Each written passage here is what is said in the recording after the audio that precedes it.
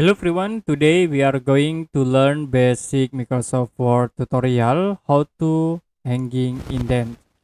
So if you want to hanging indent, as example I will sort at this paragraph and then you can right click, go to paragraph tools.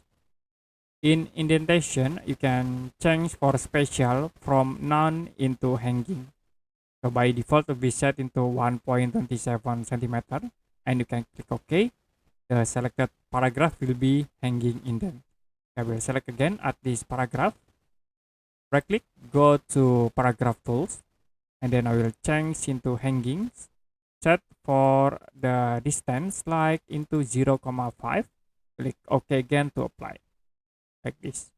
You also can select all paragraph, right click, and then go to paragraph tools, change special into hangings, and then we set like into 1, click OK.